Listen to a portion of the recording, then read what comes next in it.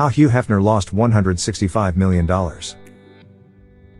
Hugh Hefner is possibly one of the most well-known names in Hollywood.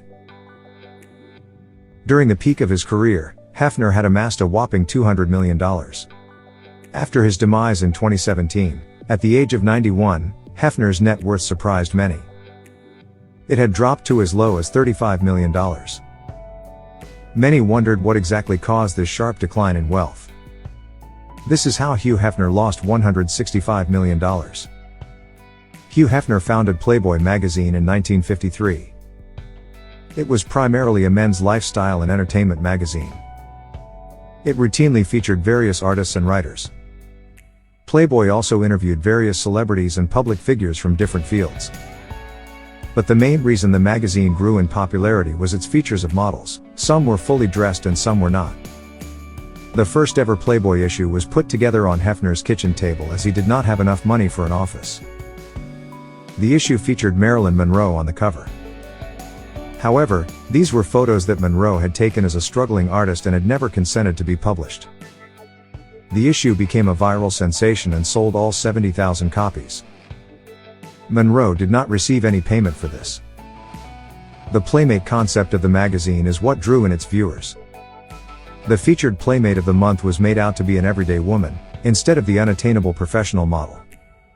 The degree of undress varied throughout the editions, eventually reaching a point where each month featured a centerfold model in a complete state of undress.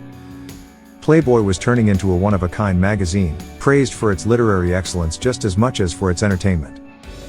Growing in popularity, Playboy became a lifestyle. They extended past the magazines and opened Playboy clubs next. The first ever Playboy club welcomed 50,000 members in its first year. The women working these establishments were called Playboy bunnies. They trained for 1 week and had to follow strict rules. The Playboy clubs eventually expanded to different parts of the world. With Playboy becoming a lifestyle, it was only expected that Hugh Hefner would display that lifestyle proudly. Playboy purchased the Playboy Mansion in 1971.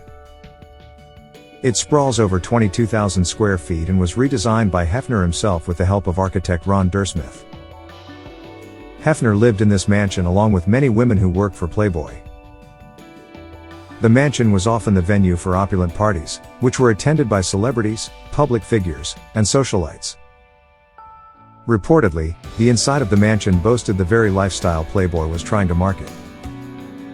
The mansion included a screening room, Hefner's lair, an expansive jacuzzi, sprawling lawns, 6 bedrooms, 6 full bathrooms, 2 half bathrooms, a tennis court, a grotto, a game room, and more. Reportedly, Hefner's personal bath was a Roman bath with Baroque gold spigots and faucets. His bed was a mink-covered waterbed that had a mirrored ceiling above. While the mansion was known for its over-the-top lavish parties, it also became known for more notorious things in the later years. The mansion was sold for $100 million in 2016 to entrepreneur Darren Metropoulos. As part of the deal, Hefner was allowed to live in the mansion until his demise in 2017. During the peak of his career, Hefner was spending his money on all the parties thrown in the mansion.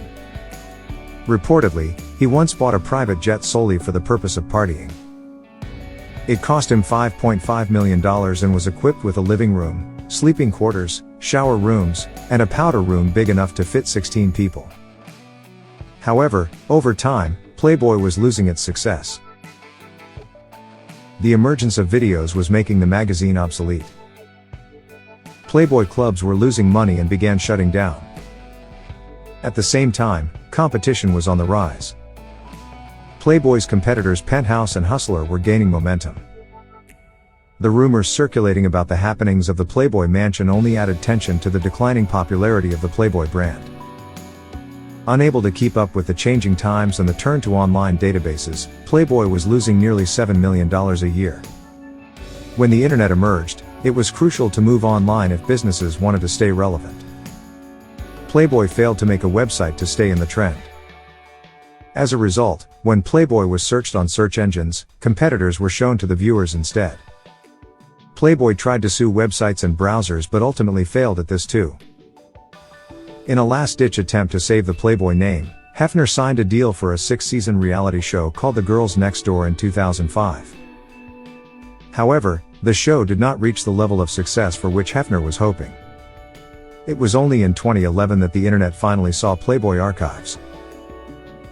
Hefner's son Cooper Hefner took over as chief creative officer in 2016, attempting to rebrand the image of Playboy. For a brief period, Playboy removed nudity entirely from its pages. However, Cooper brought it back after a year. Playboy now exists solely online, with the brand attempting to launch Centerfold, which is sort of a Playboy branded OnlyFans. When Playboy was initially launched, it played a big role in the sexual revolution of the time and embraced liberal ideas. Even with the rebranding in recent times, Playboy stands for similar ideals of freedom. While its popularity has no doubt seen a steep decline for a multitude of reasons, Playboy is still going steady in some ways.